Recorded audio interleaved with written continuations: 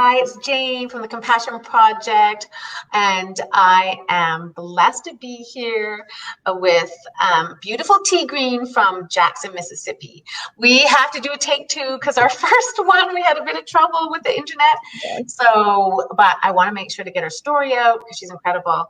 So she is a wife and a mom of three boys, Cameron, Joshua, and Omar passed away when he's little. That's a baby. And that's something we'll talk about maybe later.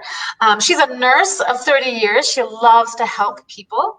And she is a clinical nursing faculty instructor, if I get it right this time. That's right. She's also a cancer survivor twice, which gives you such a strength and faith. And yeah, I just think you're incredible, and I'm just blessed that you're here with me. So, so what we're going to do is share what your life was like before. We'll get into that again, and what's happening in Mississippi, and we'll go from there. So, so just share a bit about what's happening in your city and what your life was like before. Yeah, we're just a up and go community, people that love each other, especially the neighborhood that I'm in. Jackson is the capital of Mississippi, so it's where everything is supposed to be happening. But of course, all of our surrounding cities have their own individual activities and things that we may migrate to get just a little, change of pace and change of scenery. But like I said, my parents were born here in Mississippi. We've been here all of our lives. And my dad is about 10 minutes away from me. I lost my mom in 2016. She was just really sick and just a bad diabetic. And my dad was just awesome to be able to retire earlier than he had planned. And your mom. I'm really sorry about your mom because that was like 4 years ago, right? My mom was a surgical technician for years, and I think that's part of the reason why my sister and I got into the healthcare profession. But she is actually the one that found the knot on the side of my neck where, I got checked and they diagnosed me with Hodgkin's disease. So How old are you when that happened? How old are you when I was 15. Oh, and your mom discovered a lump on your neck. Mm-hmm. It was just a lump on the side of my neck. My neck is already small anyway, as you can see, but it was just sticking up here, and she saw it and she just knew that was not really normal. So she took me and had me evaluated by one of the physicians she worked with, and they did diagnostic tests and biopsies and things, and then just discovered I had Hodgkin's disease. So it was a rough time of my life. Yeah, as a child, I don't think if I didn't have my parents' support and my sister's support at the time, I probably would not have made it. People are cruel. You have name calling and all of that kind of stuff. And I think at that time, I became stronger as a young girl in school, still graduated on time, class of 86 from Provine High School here in Jackson. Shout out to them. But my family and God are the reason that I'm still here today. And I knew back then that I wanted to do something, and nursing was that field that I chose to go into, because fortunately, the facility that I had all of my treatments and things when I had my cancer is where I'm working now. And I've been there for almost 30 years. Yes. So it's, it just has a lot to say about the quality of care that they give and the choice I made to work there where I get my treatments at such a young age. So the Hodgkin's, can you clarify what that is exactly? I'm sorry. Hodgkin's it's when you have abnormal lymph nodes in your system, and you have I call it it's really like a devil, but eating away at your good lymph nodes. So when you have those, you don't have that immune is not as strong as it should be. So when they start giving you the chemo and start doing the radiations, which is the biggest part of my treatment, of course, radiation kills the good cells in order to kill the bad cells. There's just no way of separating those. So, as I was growing up, I never thought that I would be able to have kids because the part that they radiated most was in my chest area. Oh, wow. Yeah, so when I talk about my boys, whether I post something or I talk about it with somebody else, they will always be my miracle boys because I never thought I would have kids because I started. Omar was born in 2003 because Cameron was born in 2005. So up until 2003, I didn't think I was ever going to be able to have kids. I had just made up my mind, has not happened, probably won't happen. It's just not meant for me, but it's just something I prayed about for a long time. And I said, if it happens, it will. If it doesn't, it was just not God's will for me. So, Yeah. but here I am, almost. So then in 2000, so 2003 is Omar was your first child? No, wait. I'm confused now. Wait. Yes, that is correct. Your Omar first, was my first. And he passed away when he was how old? Wait, what are we in now? 2021? 2020. Wait, I'm getting It's all good. It's all good. Yes. Cameron was born in 2008. Oh, I'm getting my years mixed up. So 2 years prior to that, it's been a long time. It has just been a long time. But Cameron came 2 years later. So was Omar, do you mind me asking how Omar passed away? He was a baby? Omar was premature. Yes. Okay. The contractions came too soon. And one facility that I was at had basically given up. They had just told me, the baby was not going to live, and it just was not going to happen.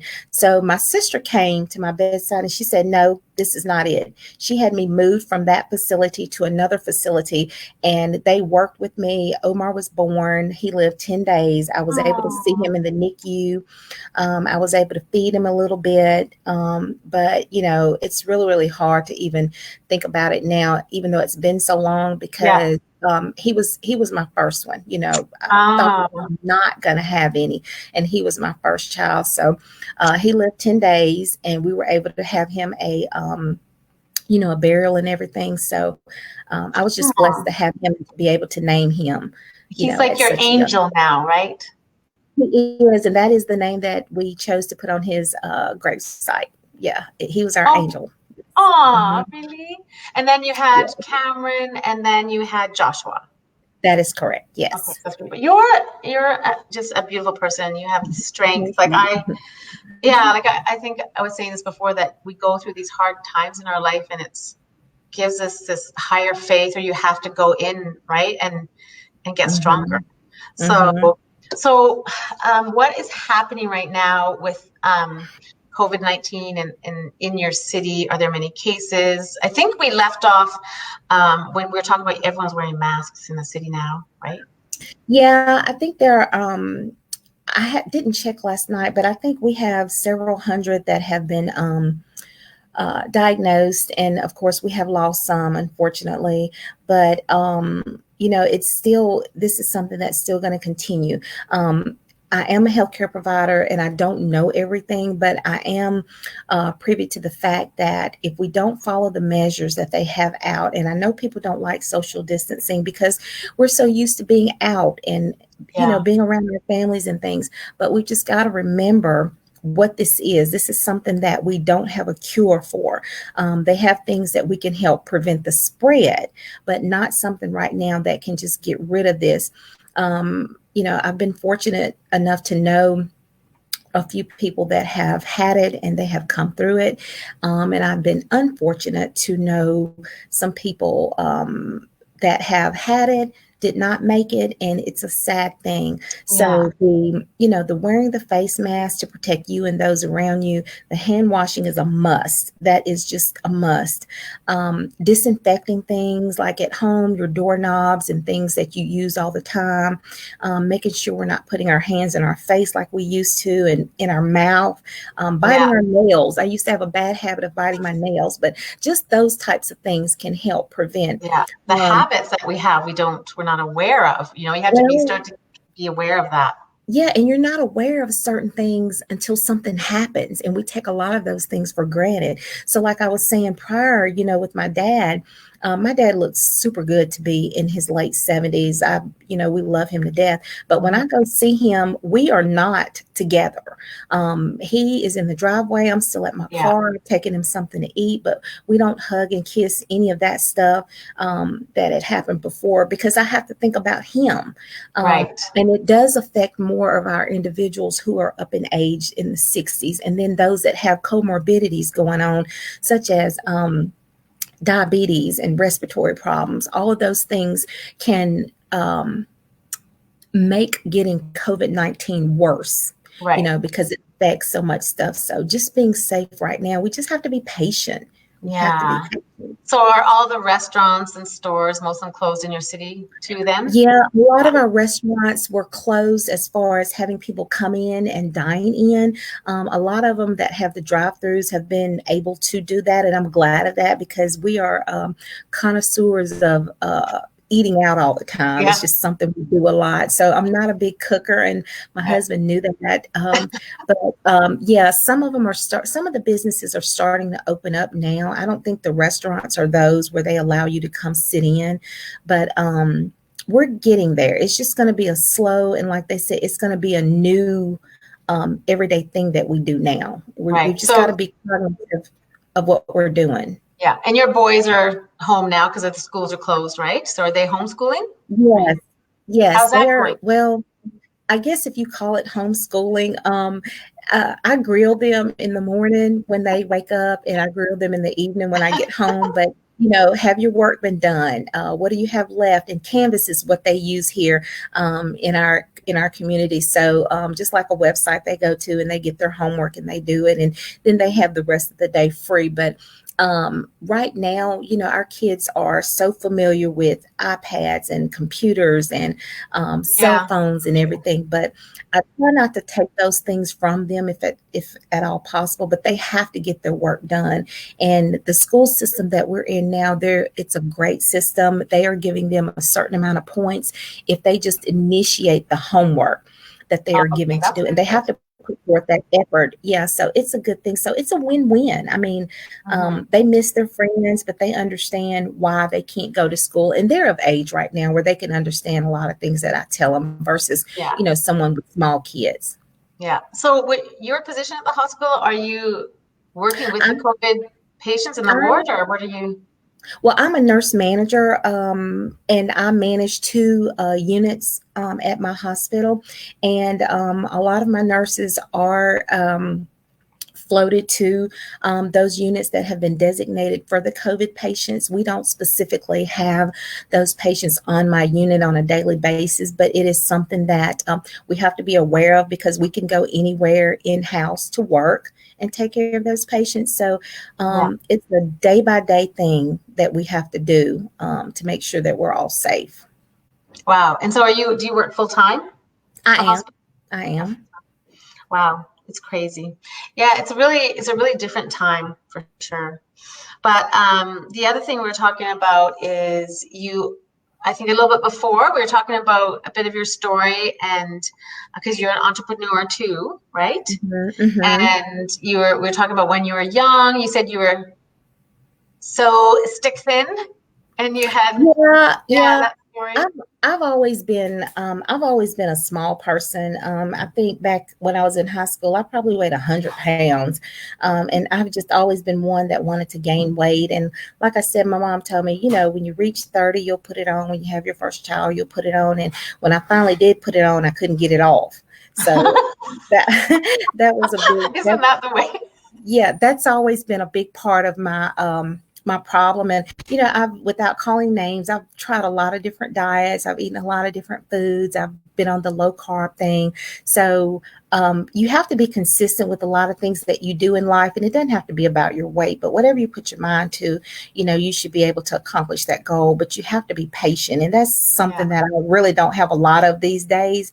But being introduced to what I call now my new brew has helped me take some of those pounds off, and just keeps me calm every day and gives me a lot of energy so that I'm able to get up early and go to work. Yeah. So, And I think that it's really good to, because you got your life and your kids and your nursing, but it's good to have something on the side that you're passionate about, oh right? yeah. And I seen on your Facebook your brew. I was like, oh, we'll have to leave a link for people in the comments after if they want to check out this brew of yours. Yeah.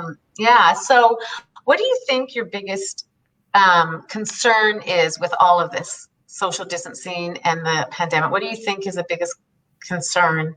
Or, I think right now is being around the ones you don't know that may be carriers and not knowing. So again, that's why, we're afraid when we're around the ones that we do know, but it's the ones that you don't know.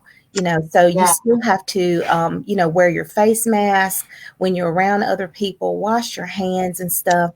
yeah, But that's my biggest fright right now. And even if I was talking to my husband, even if they had decided to open up our schools back where we are, I don't think I would have allowed Cameron and Joshua to go back right now, simply because of the things I know. And you don't have to be a healthcare provider. That's why I do some of my lives. I do. They're raw. I don't always have paper at the side to go by. It's just feelings that I use. But I'm just afraid, if the next child has not washed their hands, or if they're touching one of them, or if they're playing a game using the same football or whatever, and I'm just kind of making up something. But, they could bring that home, and I don't bring anything home to them. When I get here, we don't jump and hug and do all that stuff. I get out of my clothes, I change, do whatever I need to do to keep them safe. And then we can be a family like that. Right. But that's my biggest problem right now, with all of this pandemic.